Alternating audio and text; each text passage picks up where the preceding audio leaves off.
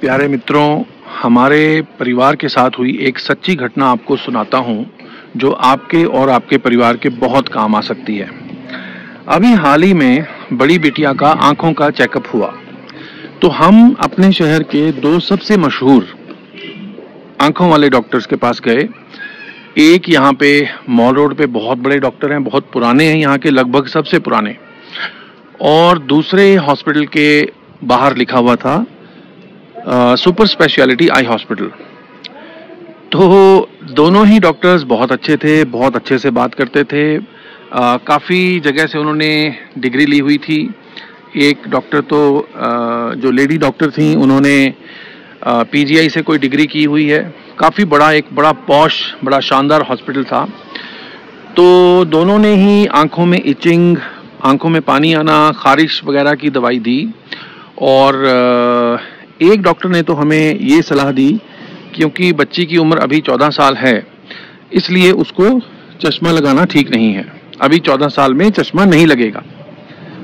और दूसरे डॉक्टर ने हमें पूरा जर्नी बताया, चश्मा लगने की जो जर्नी है, और उन्होंने पूरा चेकअप किया, उसकी आंखों के अंदर की रेटिना की तस्वीर भी खींची और अच्छे से उसको, उसकी पलकों को पलट के देखा, पलकों को उठा के देखा, और सारी बात बहुत अच्छी हुई। उन्होंने कहा कि हम एक दवाई डालेंगे जिससे इसका सही जो चश्मे का पावर का नंबर क्या है वो निकल सकेगा, क्योंकि बच्चा छोटा है, अभी 14 साल का है, तो उसके पावर का नंबर ऐसे नहीं निकलेगा आसानी से। उसके लिए एक दवाई डालनी पड़ती है, और उसके लिए उन्होंने हमसे हस्ताक्षर करवाए, सिग्नेचर करवाए कि उसमें लिखा हुआ था कि आंखों से पानी आ सकता है, आंखें सूज सकती हैं, थोड़ी बहुत एलर्जी हो सकती है, कोई समस्या आ सकती है। तो बहुत दोस्त पूछ रहे थे कि ये नया घर शिफ्ट हो गए हैं, मकान अब गांव छोड़ के शहर में आ गए हैं, ये नए घर की छत है। तो उन्होंने हमसे साइन करा लिए कि कल को हॉस्पिटल की कोई जिम्मेदारी नहीं होगी, आंखों में कोई पानी आए, सूजन हो, कुछ भी दिक्कत आए। चलो खैर साइन कर दिए, लेकिन हमने वो, हमारा मन नहीं माना, हमने वो दवाई नहीं डाली। खैर अच्छा रहा, हमने कहा ठीक है, हम विचार करके आपको बताएंगे। लेकिन जो काम की बात है, जो मैं ज़्यादा समय नहीं ले रहा हूँ, और जो काम की बात है उस पर आता हूँ। जो पॉइंट है, मैं बहुत दोस्तों से अपील करता हूँ, बहुत मित्रों से, उनके बच्चों से, हमारी जो बिटियाँ हैं उनके जो दोस्त मिलने आते हैं, खेलने आते हैं, सबसे कहता हूँ कि ज़िंदगी में और कुछ भी रखना या ना रखना, लेकिन अपने पास एक कीन ऑब्जर्वेशन की ताकत ज़रूर रखना। किसी भी चीज़ को बहुत गौर से स्टडी करना, बहुत गौर से देखना कैसे चीज़ें काम करती हैं। तो आपके साथ एक सच्ची कीन ऑब्जर्वेशन शेयर कर रहा हूँ। आप हैरान होंगे जानकर कि जो पहले वाले डॉक्टर थे काफ़ी वृद्ध थे, उनका चश्मा किसी भी सूरत में 3.5 या 4 नंबर से कम नहीं था, और वो 50 साल से यहाँ प्रैक्टिस कर रहे हैं, आंखों का इलाज लोगों का कर रहे हैं। ये एक ऑब्जर्वेशन है।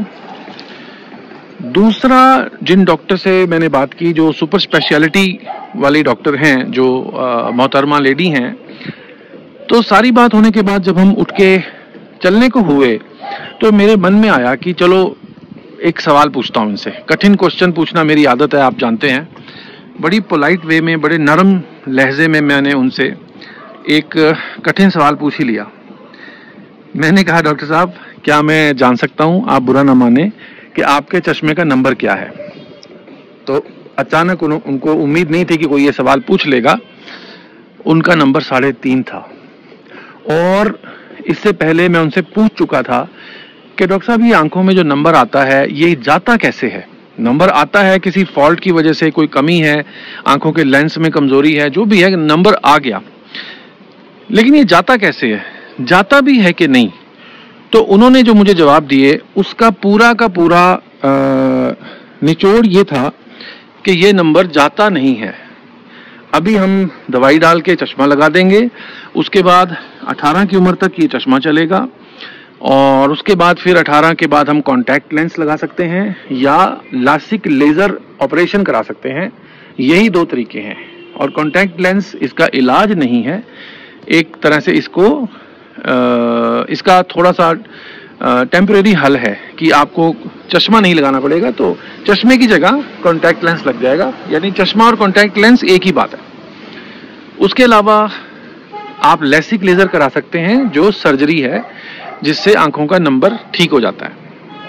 तो मेरा ऑब्वियस क्वेश्चन था जी, इसका कोई और हल, नंबर को हम ऑपरेशन ना कराना चाहें। अब ये बात कहते हुए मेरे मन में ये चल रहा था जी, क्योंकि डॉक्टर साहब ने खुद चश्मा पहना हुआ है, ना वो कॉन्टैक्ट लेंस पहने हुए थी उस वक्त, 3.5 नंबर का उनका चश्मा था जैसा उन्होंने खुद बताया, और ना ही उन्होंने लेसिक लेजर करा रखा था।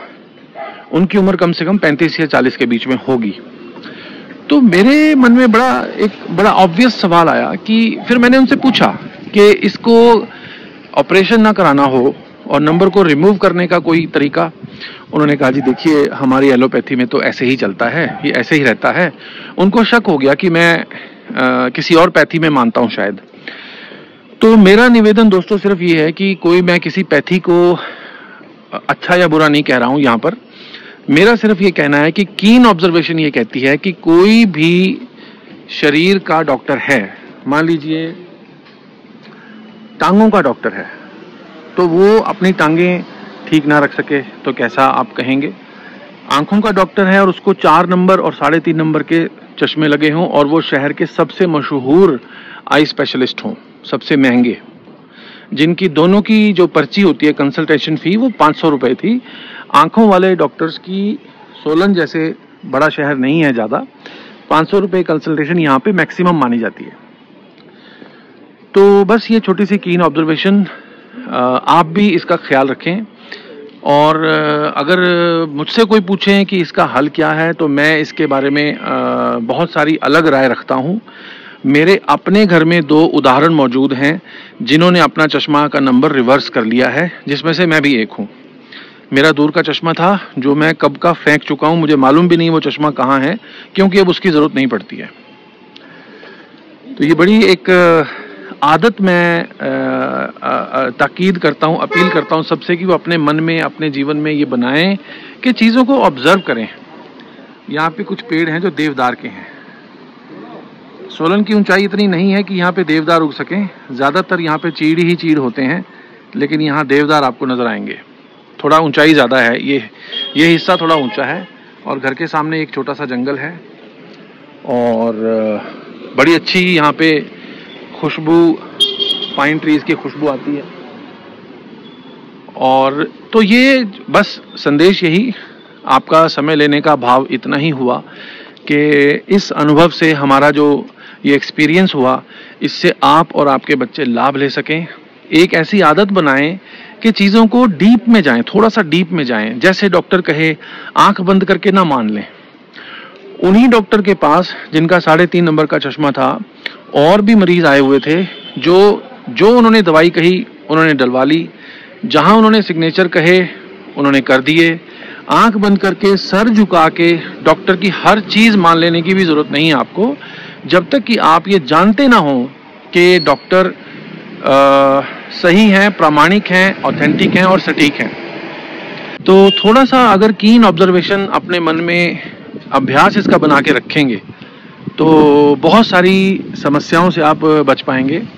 और अब हो सकता है कि कुछ लोगों को लगे कि मैं ऐसे कहानी क्यों सुना रहा हूँ। बड़ा एक यूनिक पौधा है यहाँ पर, बड़ा शानदार, और पहली बार ऐसा पौधा देखा है।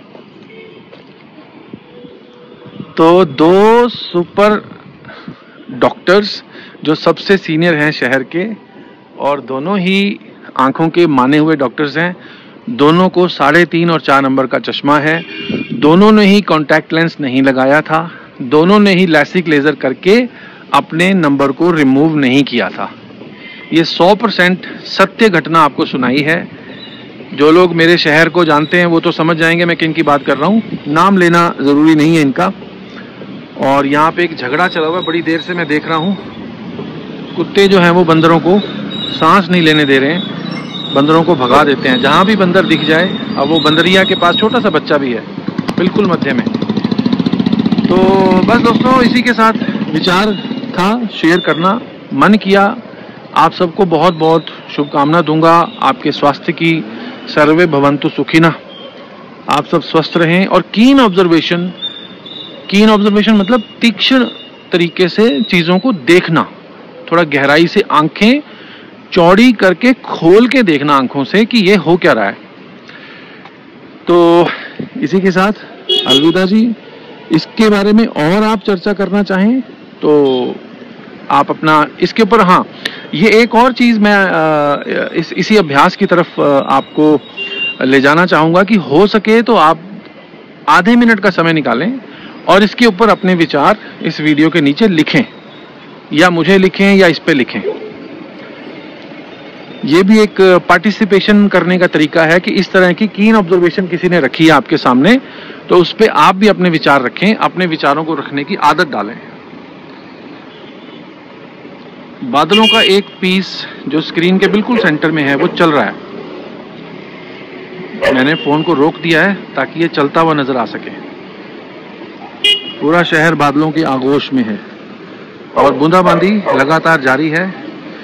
परमात्मा सबको, पूरे हिमाचल वासियों को, पूरे हिमाचल को इस बारिश की मुसीबत से बचाए। अब बारिश ना हो, कुदरत से मेरी प्रार्थना रहेगी। मैं कुदरत में ही मानता हूँ, कुदरत ही परमात्मा है। जो असल साक्षात दिखाई देने वाला परमात्मा है वो कुदरत है। तो प्रार्थना यही रहेगी कि ये बारिश अब और ना हो। और सबसे रिक्वेस्ट है, बहुत बड़े बड़े घुमक्कड़ दोस्तों को मैं जानता हूँ जो एक उनका शौक होता है कि हम मुसीबतें उठाकर भी घूमने गए थे, हमने किसी बाधा को बाधा नहीं माना। हमने दिल्ली में गए तो बाइक हमने डिवाइडर से कुदा दी, हमने पहाड़ों को विजय प्राप्त कर ली। तो प्लीज़ मेरा निवेदन, हाथ जोड़ के सबसे रिक्वेस्ट करूंगा, नम्र निवेदन करूंगा कि घर पे रुकें। बहुत ज़्यादा जीवन मरण का कोई प्रश्न हो तो पहाड़ की तरफ आएं, वरना रुके रहें। फिलहाल मौसम बिल्कुल भी कॉन्ड्यूसिव और सपोर्टिव और इस तरह का नहीं है कि आप यात्राएं करें। बहुत बहुत धन्यवाद।